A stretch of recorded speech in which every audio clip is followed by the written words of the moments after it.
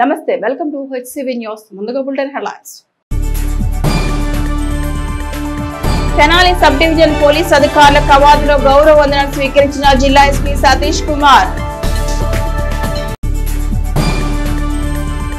కోళ్ల ద్వారా సంక్రమించే బర్డ్ ఫ్లూ వ్యాధి పట్ల అపోహలు వీడి అవగాహన పెంచుకోండి. పశు వైద్య శాఖ అసిస్టెంట్ డైరెక్టర్ నాగిరెడ్డి. పుష్పోత్సవ సేవతో ఘనంగా ముగిసిన శ్రీ సుభద్ర సమేత శ్రీ పంచముఖ ఆంజనేయ స్వామి వారి వార్షిక బ్రహ్మోత్సవాలు. మార్చింగ్ వెపన్ డ్రిల్ ద్వారా పోలీసులు శారీరక దృఢత్వం, క్రమశిక్షణ, మనోల్లాసం మెరుగుపడతాయని జిల్లా ఎస్పీ సతీష్ కుమార్ పేర్కొన్నారు. పట్టభద్రుల ఎమ్మెల్సీ ఎన్నికల నేపథ్యంలో స్థానిక విఎస్ఆర్ ఎన్వీఆర్ కళాశాల ప్రాంగణంలో శుక్రవారం పోలీస్ పరేడ్ నిర్వహించారు. ప్రత్యేకించి ఏఆర్ పోలీసు నిర్వహించిన పరేడ్ లో ఎస్సీ సతీష్ కుమార్ గౌరవవందనం స్వీకరించారు.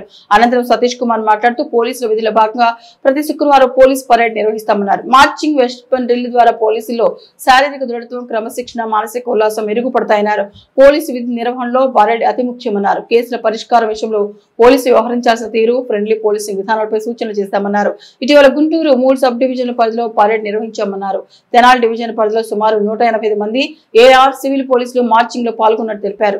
స్నేహపూర్వకంగా సమస్యల పరిష్కారానికి పోలీస్ శాఖ సేవలను వినియోగించుకోవచ్చన్నారు. కార్యక్రమంలో AR additional SP A Hanumanthu, trainee SP Deeksha, Tenali ఎస్టీపీబీ జనార్దన్ రావు, సిఐలు V Mallikarjunarao, K Ramul Naik, S Ramesh Babu, AR సిఐలు, ఎస్ఐలు, సిబ్బంది పాల్గొన్నారు.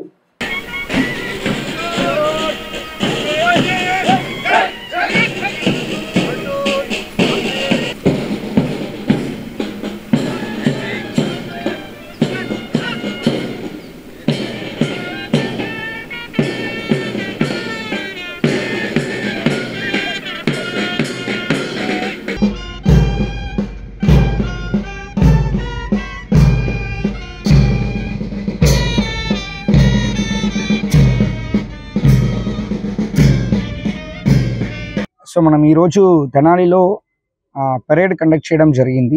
పరేడ్ అనేది మామూలుగా పోలీసింగ్లో మనం డిసిప్లిన్ కోసం మనం వాళ్ళు టర్న్ అవుట్, డిసిప్లిన్, అదేవిధంగా వాళ్ళకి కన్వే చేయాల్సిన మెసేజ్ ఏదైనా ఉందంటే ఈ పరేడ్లో చేస్తుంటాము. మామూలుగా ఎవ్రీ ఫ్రైడే జనరల్గా పరేడ్ చేస్తుంటాము.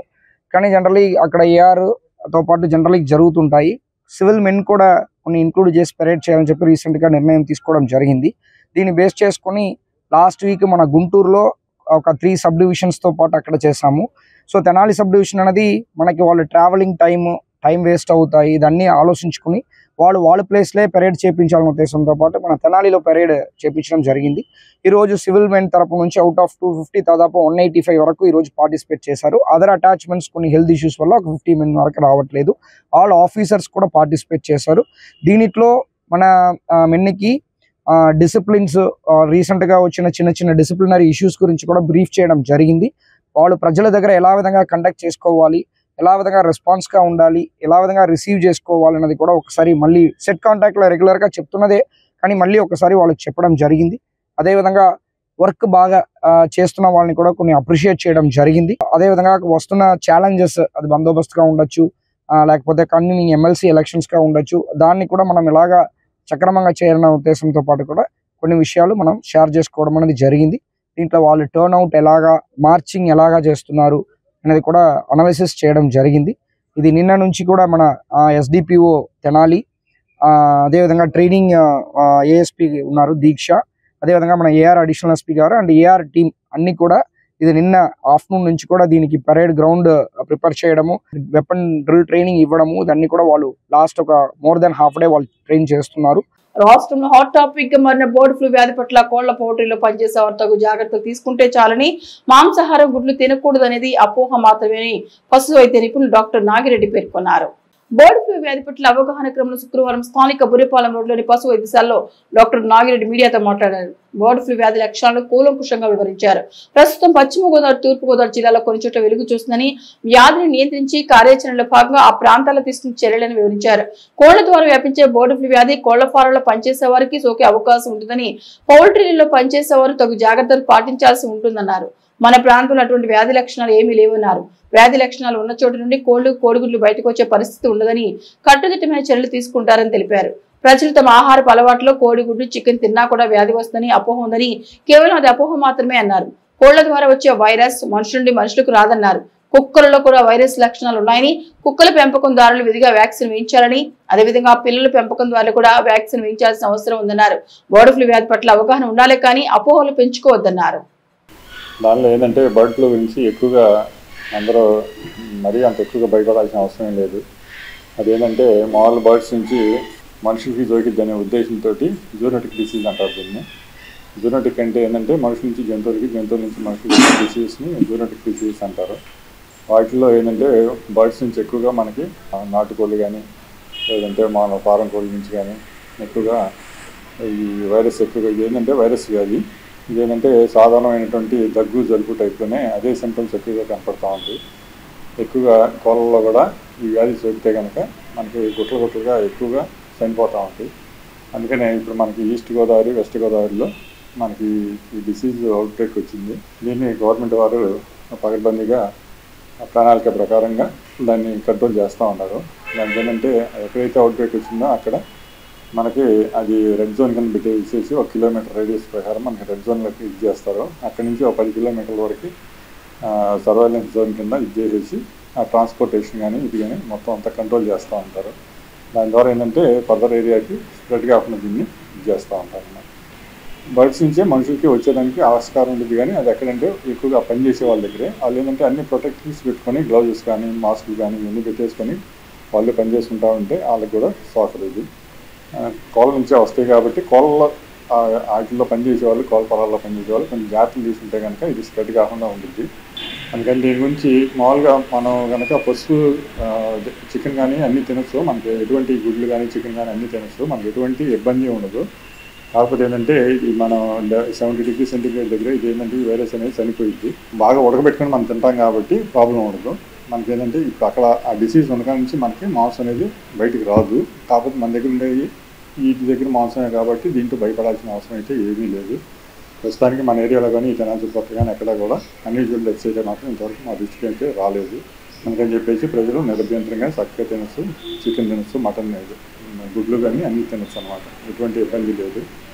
అదేవిధంగా ఈ సంవత్సరం ఎక్కువగా కుక్కల పిల్లలు ఎక్కువగా వ్యాక్సినేషన్లో కుక్కల్లో ఎక్కువగా వ్యాక్సిన్ చేయించుకుంటున్నారు కానీ అవేర్నెస్ కొద్దిగా పర్వాలేదు కుక్కల్లో వ్యాక్సినేషన్. కానీ పిల్లల్లో మాత్రం పిల్లలు పెంచే పెంపకందారులు మాత్రం వ్యాక్సిన్ చేయించుకోవట్లేదు ఎక్కువగా. నేను ఇప్పుడు ఇక్కడికి వచ్చేసి 6 సంవత్సరాలు అవుతుంది దగ్గర చూస్తున్నాను. కాకపోతే ఏంటంటే పిల్లలు పెంచే వాళ్ళు కూడా వ్యాక్సిన్ చేయించుకుంటే కొంతవరకు వాటికి డిసీజ్ రాకుండా ఉంటాయి. ఈ సంవత్సరం ఏంటంటే ఎక్కువగా ప్యానిక్ కొట్టిన కొద్దిగా అవుట్బ్రేక్ కనపడుతుంది. అందుకని చెప్పేసి పిల్లలు పెంపకందారులు అందరూ వ్యాక్సిన్ చేయించుకోవాల్సిందిగా కోరుతున్నాను. దక్షిణాపదంలో అరుదైన ఆంజనేయ స్వామి ఆలయంగా విరాజిల్లుతున్న శ్రీ సువర్చన సమేత శ్రీ పంచముఖ ఆంజనేయ స్వామి వారి ఆలయంలో స్వామివారి వార్షిక బ్రహ్మోత్సవాలు ఘనంగా ముగిశాయి. స్థానిక షరాబజార్లో వేంచేసి ఉన్న శ్రీ పంచముఖ ఆంజనేయ స్వామి వారి ఆలయ ప్రాంగణంలో వార్షిక బ్రహ్మోత్సవాలు ముగింపుగా శుక్రవారం శ్రీ సువర్చన సమేతుడైన శ్రీ పంచముఖ ఆంజనేయ స్వామి వారి పుష్పోత్సవ సేవ కన్నుల పండుగ వైభవంగా నిర్వహించారు.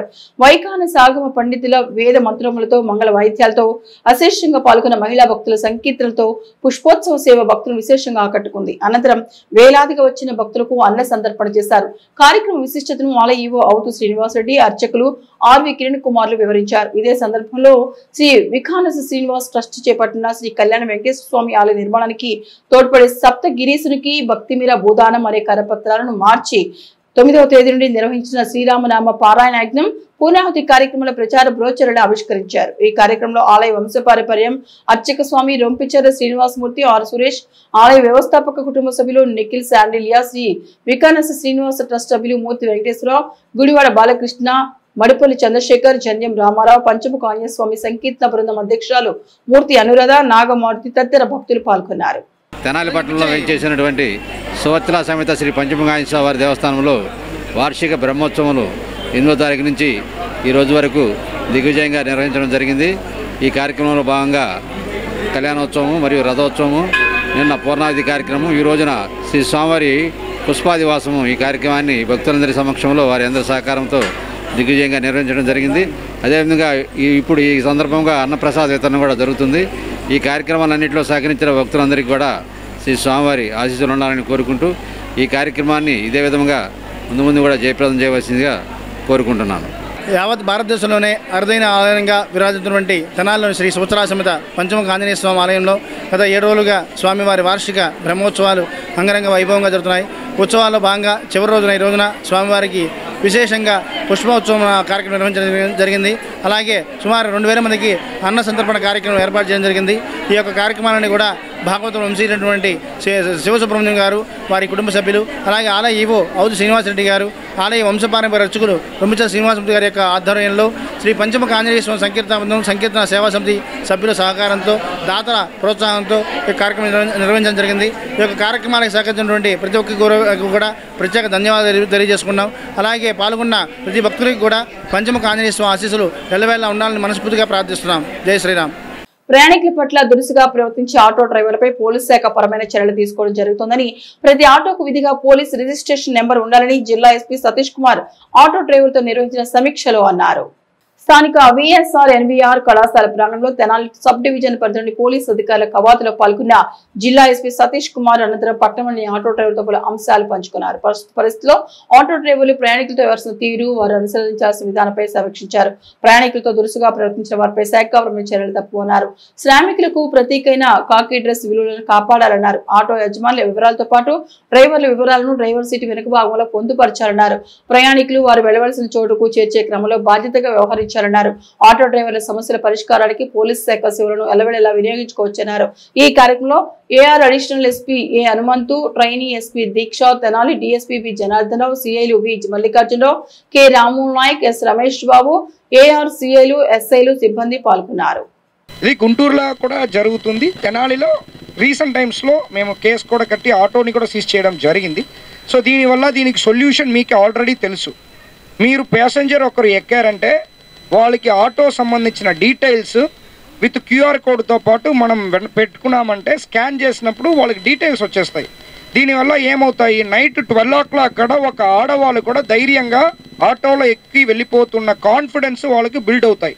వెనక సీట్ వెనక, అది మీ వెనక ఉన్నదిలో తర్వాత బయటకు కూడా వెనక ఒకటి పెట్టుకున్నామంటే ప్రజలకి over period of time confidence పెరుగుతాయి. యాక్చువల్లీ దానికి ఒక యాప్ కూడా ఉంది. అన్నీ కలిపి 250 రూపీస్. ఆల్రెడీ మనము ఇక్కడ గుంటూరులో స్టార్ట్ చేసాము, అది రన్ అవుతుంది. ఆల్మోస్ట్ అక్కడ ఒక 13,000 మంది ఆల్రెడీ రిజిస్టర్ చేశారు. కానీ లాస్ట్ ఒక 8-9 yearsగా అది ఫాలో చేయట్లేదు. కొంతమంది మారిపోయింది, అలాగా చేంజ్ అయిపోయిందని ఇప్పుడు మళ్ళీ ఆ 13 మెంబర్స్ని కన్ఫర్మ్ చేస్తూ కొత్తదిగా కావాలన్నా తీసుకోమని చెప్పేసి డ్రైవ్ చేస్తున్నాం. అదే సేమ్ థింగ్ ఇప్పుడు ఎస్డిపిఓ తెనాలి గారు, సో మీకు కొత్త ఐపీఎస్ మేడం కూడా వచ్చారు. మేడం కూడా ఇప్పుడు చీప్ రోడ్లో ట్రైనింగ్ తీసుకుంటున్నారు. మేడము, ఎస్డిపిఓ సార్ అందరూ కలిపేసి ఇక్కడ కూడా మీరు అందరు కోఆపరేషన్తో పాటు అది పెట్టుకోవడము. ఒక 250 రూపీస్, ఇది వాళ్ళు 4 years ముందు 200 రూపీస్కి చేశారు. ఇప్పుడు 50 రూపీస్ ఎక్కువ అడుగుతున్నారు ఆఫ్టర్ 4 సంవత్సరం. పెద్ద విషయం ఏమి కాదు 250 రూపీస్ మనకి. మీరు చేసి పెట్టుకున్నారంటే మీకు ఖచ్చితంగా ఆటో పైన ఉన్న కాన్ఫిడెన్స్ పెరుగుతాయన్నది మాత్రం నేను గ్యారంటీగా చెప్పగలుగుతాను. ఇది మీరు అందరూ సపోర్ట్ లేకుండా చేయలేము, ఫస్ట్ పాయింట్. రెండోది పాయింట్ ఏంటంటే కొన్ని ట్రాఫిక్లో కూడా మీరు సపోర్ట్ కావాలి. యాక్చువల్లీ మీరు సపోర్ట్ లేకుండా ఎవరు కొత్త వాళ్ళు ఒకవేళ తెనాలికి ఒక టూరిస్ట్ ఫారిన్ నుంచి వస్తారని అనుకోండి, వాళ్ళు అన్ని టూరిస్ట్ పార్టీ తిరిగి ఇక్కడ ఉన్నది అన్ని తినేసి వాళ్ళు డిసైడ్ చేయడం వేరు. వాళ్ళు అలాగా రోడ్లో చూసుకొని వస్తారు కదా దిగిన వెంటనే, అప్పుడు ట్రాఫిక్ ఎలాగా ఉందని చూసుకొని డిసైడ్ చేస్తారు ఈ తెనాలి అన్న టౌన్ ఎలాగా ఉందని చెప్పేసి. అలా చూసినప్పుడు కొన్ని ఆటో వల్ల ఇబ్బంది ఉండడం మాత్రం ఇక్కడ మాత్రం కాదు, గుంటూరులో కూడా ఉంది. అంటే అందరూ ఆటోలు అలాగా లైన్గా పెట్టుకోవడము, రోడ్ మధ్యలో కూడా పెట్టుకోవడము, దీనివల్ల కామన్ ప్రజలు చాలా ఇబ్బందికి గురి అవుతున్నారు. సో కాబట్టి మన అందరూ ఎప్పుడు కూడా ఆటో పోలీస్ సంబంధాలు ఎప్పుడు కూడా బాగుంటాయి. ఈ రోజు అనేది కాదు, ఎప్పుడు కూడా ఆ సంబంధం ఒకే యూనిఫామ్ కూడా ఆల్మోస్ట్ ఒకే యూనిఫామ్. ఓకే, సో ప్రజలు కూడా మిమ్మల్ని కూడా అలాగనే చూస్తారు. ఆటో ఉందంటే వాళ్ళకి ఒక నైట్ 12 అయినా 1 అయినా ఓకే మేము సేఫ్గా వెళ్ళిపోతాం అన్న కాన్ఫిడెన్స్ ఇవ్వగలిగినది ఆ కాకి యూనిఫామ్ యాక్చువల్లీ. సో కాబట్టి మీరు సపోర్ట్తో పాటు కొంచెం ట్రాఫిక్ కూడా మీరు అందరూ కోఆపరేట్ చేయాలి. ఆర్యవైశ్య ఎలువేలుపు పెనుగొండ క్షేత్రంలో వేచేసిన అఖిల భారత శ్రీ వాసవి మాత పీఠం పీఠాధిపతులుగా ఇటీవల బాధ్యతలు చేపట్టిన శ్రీ ప్రజ్ఞానంద సరస్వతి స్వామి శనివారం తెనాలి విచ్చేయనున్నట్లు శ్రీ శాలిగ్రామ మఠం ప్రధాన కార్యదర్శి రావూరి సుబ్బారావు పేర్కొన్నారు. స్థానిక గంగానమ్మపేటలోని సాలిగ్రామ మఠంలో గురువారం ఏర్పాటు చేసిన మీడియా సమావేశంలో రామూరి సుబ్బారావు మాట్లాడుతూ శ్రీ విద్యాపీఠం శ్రీ సాలిగ్రామ మఠం వ్యవస్థాపకులైన శ్రీ ప్రజ్ఞానంద సరస్వతి స్వామి అంతర్జాతీయ గుర్తింపు గల పెనుగొండ పీఠం పీఠాధిపతులుగా బాధ్యతలు చేపట్టిన తర్వాత తొలిసారిగా ఈ నెల 15వ తేదీన తెనాలి పట్టణానికి విచ్చేయనున్నట్టు తెలిపారు. ఈ సందర్భంగా స్వామివారి భక్తులు భారీగా స్థానిక విఎస్ఆర్ అని ఎన్వీఆర్ కళాశాల సమీపాన గల భారీ వినాయక విగ్రహం సెంటర్ చేరుకుని శ్రీ ప్రజ్ఞానంద సరస్వతి స్వామికి భక్తి పూర్వక స్వాగతం పలికి శోభాయాత్రగా శ్రీ సాలిగ్రామ మఠంలోకి తీసుకురావడం జరుగుతుందన్నారు. ఈ విశేషమైనటువంటి శోభాయాత్ర పట్టణంలోని వివిధ కూడళ్లను కలుపుకుంటూ గంగానమ్మపేటకు చేరుకుంటుందని 50 మంది భక్తులు ఈ విశేష కార్యక్రమంలో పాల్గొనవలసిందిగా కోరారు. సంస్థ జాయింట్ సెక్రటరీ ఎం రమణయ్య మాట్లాడుతూ 15వ తేదీ సాయంత్రం 4 గంటల నుండి ప్రారంభమయ్యే ఈ కార్యక్రమంలో పలు సాంస్కృతిక కార్యక్రమాలు కూడా ఉంటాయన్నారు. ఈ సమావేశంలో సాలిగ్రామ మఠం చైర్మన్ నమ్మూరి వెంకటకృష్ణమూర్తి, గోపు రామకృష్ణ, రాజేశ్వరరావు, పెనుగొండ వెంకటేశ్వరరావు, కోర నాగేశ్వరరావు, లోకనాథం తదితరులు పాల్గొన్నారు. అఖిల భారత వాసవి పెనుగొండ క్షేత్రానికి పీఠాధిపతిగా బాధ్యతలు స్వీకరించాక తెనాలి మొట్టమొదటిసారిగా రావటం మన అదృష్టం. ఆ సందర్భంగా మనం తెనాలిలో ఉన్న భక్తులందరూ విఎస్ఆర్ కాలేజ్ దగ్గర వినాయకుడి విగ్రహం నుండి ఊరేగింపుగా స్వామివారికి అఖండ స్వాగతం పలకాలని శ్రీ సాలిగ్రామ మఠం ట్రస్ట్ తరపున విజ్ఞప్తి చేస్తున్నాము. కనుక భక్తులందరూ కూడా తప్పనిసరిగా కార్యక్రమానికి హాజరయ్యి ఊరేగింపు అనంతరం స్వామివారి మఠం దగ్గర వారి దివ్య ప్రవచనాలు మనం వినటానికి రెడీగా ఉండాలి. అందరూ కూడా తప్పనిసరిగా వచ్చేసి స్వామివారి ఆశీస్సులు తీసుకొని తీర్థప్రసాదాలు తీసుకోవాల్సిందిగా కోరుతున్నాం. గంగానంపేటలోని శ్రీ విద్యాపీఠంలో సాలిగ్రామ మఠం వారి ప్రెస్ మీట్లో ఈ రోజున మన పూజ్యశ్రీ బాలస్వామీజీ గారు పీఠాధిపతిగా అయినాక మొట్టమొదటిసారిగా రావటం మా అందరి అదృష్టం. కాబట్టి వారు రాక మా అదృష్టంగా భావించి భక్తులందరూ కూడా ఘనంగా వినాయకుడి విగ్రహం కాడ నుంచి మేళతాళాలతోటి, డప్పులతోటి, అన్నిటితో అందరం కూడా కోలాటాలతోటి, ఆడవాళ్ళ మహిళ కోలాటాలతోటి వస్తున్నాము. ప్రజలందరూ కూడా వచ్చి స్వామివారిని దర్శించి వారి కృపకు పాత్రులై తీర్థప్రసాదాలు స్వీకరించవలసిందిగా కోరుచున్నాం. తెనాలి బురిపాలెం రోడ్లోని ఏఎస్ఎన్ ఫార్మసీ కళాశాలలో ఫార్మడీ విద్యార్థుల ఫ్రెషర్స్ డే వేడుకలు శుక్రవారం ఘనంగా జరిగాయి. Andhra Pradesh pharmacy council registrar doctor M William Carey మాట్లాడుతూ మారుతున్న నేటి సమాజంలో ఫార్మసిస్టులుగా రాణించడం సవాల్తో కూడుకుని ఉందని, నిరంతర అధ్యయనం, వినూత్న ఆలోచనలు ఆచరణలో తెస్తూ కష్టపడి పనిచేస్తేనే సత్ఫలితాలు వస్తాయని అన్నారు. ఏఎస్ఎన్ విద్యా సంస్థ అధినేత అన్నాబత్ని శివకుమార్ మాట్లాడుతూ సీనియర్ విద్యార్థులు తమ అనుభవాలను, తాము నేర్చుకున్న విద్యాంశాలను జూనియర్తో మర్చుకోవడం ఒక మంచి సుపరిణామని అన్నారు. కళాశాల ప్రిన్సిపాల్ డాక్టర్ కె వెంకటరమణ మాట్లాడుతూ సమాజంలో రుగ్మతను దూరంగా పలువురికి ఆదర్శంగా విలువలతో కూడిన జీవన విధానాన్ని కొనసాగించాలని కోరారు. అనంతరం విద్యార్థులు ప్రదర్శించిన సాంస్కృతిక కార్యక్రమాలు అందరినీ అలరించాయి. ఈ కార్యక్రమంలో కళాశాల అధ్యాపకులు, అధ్యాపకేతర సిబ్బంది, ఫార్మడీ విద్యార్థులు పాల్గొన్నారు. వయోలిన్ విద్యను అభ్యసించి ఆకలికే తమ జీవితాన్ని అంకితం చేసి ఎంతో మంది సంగీత విద్వాంసులను ఈ సమాజానికి అందించిన గొప్ప సంగీత కళాకారుడు కూరపాటి హనుమంతరాజు అని ఆయన సంస్మరణ సభలో పలువురు భక్తులు తెనాలి నెహ్రూ రోడ్లోని శ్రీ గోవర్ధన స్వామివారి ఆలయ ప్రాంగణంలో శుక్రవారం సాయంత్రం కూరపాటి యలమందరాజు సంస్మరణ సభ కార్యక్రమాన్ని ఘనంగా నిర్వహించారు. ఈ సభకు కూరపాటి సీతారామరాజు అధ్యక్షత వహించగా మోదుకూరి నాగధర్రావు, సరికొండ సత్యనారాయణరాజు, కూరపాటి కోదండరాజు అతిథులుగా పాల్గొని యలమందరాజుతో వారికున్న పరిచయాన్ని, వయోలిన్ కళాకారునిగా అందించిన సేవల గురించి వివరిస్తూ నివాళులర్పించారు. ములుకొంట్ల విశ్వనాథ శర్మ మాట్లాడుతూ వయోలిన్ విద్యను అధ్యయనం చేసి వృత్తిగా, ప్రవృత్తిగా ఆ కళకే అంకితమై ఎంతోమంది శిష్యులను అందించిన యలమందరాజు కళాసేవ చాలా ఘనమైందని అన్నారు. సమావేశానంతరం ఏర్పాటు చేసిన దూరిపాడ శివరామకృష్ణ శర్మ హరికథాగానం హావుతులను ఆహరించింది. కార్యక్రమాన్ని కానూరు రామకృష్ణ, కూరపాటి సుబ్రహ్మణ్యులు పర్యవేక్షించారు. విషయాన్ని ఆయన దృష్టికి ఎవరైతే తీసుకువెళ్తారో తన దగ్గర లేకపోయినా కానీ తను అప్పు చేసి తనని అడిగినటువంటి వారికి సహాయం చేసేటువంటి ఒక గొప్ప వ్యక్తి మా శ్రీ కూరపాటి యలమందరాజు గారు. ఎవరైనా కానీ ఆయన దగ్గరికి సలహా కోసం కానీ లేదా ఏదైనా పంచాయతీ కోసం కానీ వెళ్ళినప్పుడు నిజానిజాలు తెలుసుకొని వారు ముక్కుసూటిగా న్యాయం ఎటువైపు ఉంటుందో అటువైపు ఖచ్చితంగా చెప్పేటువంటి ముక్కుసూటి మనిషి మన శ్రీ కూరపాటి యలమందరాజు గారు. అలాగే తన వృత్తి ఏదైతే ఉందో అంటే సంగీతం, అవి ఈ వయోలిన్ వాయించడం, అది ఏదైతే ఉందో దాన్ని దైవంగా నమ్మినటువంటి వ్యక్తి శ్రీ కూరపాటి యలమందరాజు గారు. అనేకమైన కథలకు నాన్నగారికి ఆయన వైలిన్ మీద సహకరించారు. ఉమామహేశ్వరరావు గారిని ఒక ఆడిటర్, ఆ ఆడిటర్ నిర్వహించేటువంటి సభలో నాన్నగారు కథాగానం చేస్తే సీతా కళ్యాణం, సాయిబాబు మృదంగం, యలమందరాజు గారు ఫిడేలు. ఆ రోజు వారు దాని మీద చేసినటువంటి కామెంట్ ఏమిటంటే, it is really musical concert. విద్యా వినయేన శోభతే అంటే అది వారి దగ్గరే చూడాలి. వాద్యం గొప్పదని, తాను గొప్ప విద్వాంసుడని, ఎంతోమందికి సహకరించాలని ఏమాత్రము గర్వం కానీ అహంకారం కానీ లేక ఎంతో ఉద్దికగా ఉండేవారు. యలమందరాజు గారిని టీవీలో త్యాగరాయ స్వామి వారి హరికథకు, ఎందుకంటే హరికథకి సంగీత ప్రాధాన్యం ఉన్నటువంటి హరికథ, అందరూ ఈ నాన్నగారి కథకు వాయించడానికి భయపడేవారు. ఎందుకంటే శాస్త్రీయ సంగీతంలో ప్రవేశం ఉండి ఆ వాయిద్యం వారే కావాలి. పంచరత్న కీర్తనలు పాడిన, త్యాగరాయ స్వామి వారి కీర్తనలు పాడిన సహకరించేటువంటి విద్వాంసులు ఎవరంటే యలమందరాజు గారు. అందుకనే వారిని దూరదర్శన కథకు తీసుకుని వెళ్ళి 2 కథలు, తుమ్మూరు సింహదాస్ గారు, త్యాగరాయ స్వామి వారి చరిత్ర 2 కథలకు సహకరించినటువంటి మహానుభావులు. ఆకలికి ఉన్న వారికి చేసే అన్నదానం ప్రాణదానంతో సమానమని, ప్రతి నెల 2వ శుక్రవారం విధిగా అన్నదాన సేవలను కొనసాగిస్తున్నామని కాళీమాత ఆలయ కమిటీ చైర్మన్ గుమ్మడి రమేష్ పేర్కొన్నారు. స్థానిక బుర్రిపాలెం రోడ్లోని శివాజీ చౌక్ లో వేయించేసి ఉన్న శ్రీ కాళీమాత ఆలయం సెంటర్ లో శుక్రవారం దాతల సహకారంతో ఏర్పాటు చేసిన అన్నదాన సేవలను ఆలయ కమిటీ చైర్మన్ గుమ్మడి రమేష్ ప్రారంభించారు. ఈ సందర్భంగా ఆయన మాట్లాడుతూ అన్నదాన సేవల ప్రాధాన్యతను వివరించారు. దాతలు భక్తుల సహకారంతో అన్నదాన సేవలను కొనసాగిస్తున్న తీరును వివరించారు. ఈ కార్యక్రమం దాతలు, ఆలయ కమిటీ కార్యవర్గం పాల్గొన్నారు. ప్రతి 2వ శుక్రవారం అన్నదానం చేస్తారు. ఈ యొక్క అన్నదానం దాతల సహాయంతోనూ భక్తులు ఇచ్చే కానుకలతోనూ అన్నదాన కార్యక్రమం జరుగుద్ది. ఈరోజు అన్నదాన కార్యక్రమానికి అవధానం గుణశేఖర్ గారు, అవధానం వెంకటరమణ గారు, అవధానం భార్గవ్ గారు, అవధానం కోదండ నాగవర్ధన్ గారు, వీళ్ళ పిల్లవాడికి ఉద్యోగం వచ్చినందుకు సందర్భంగా వాళ్ళు ఈరోజు శుక్రవారం నాడు భోజనం పెడుతున్నారు.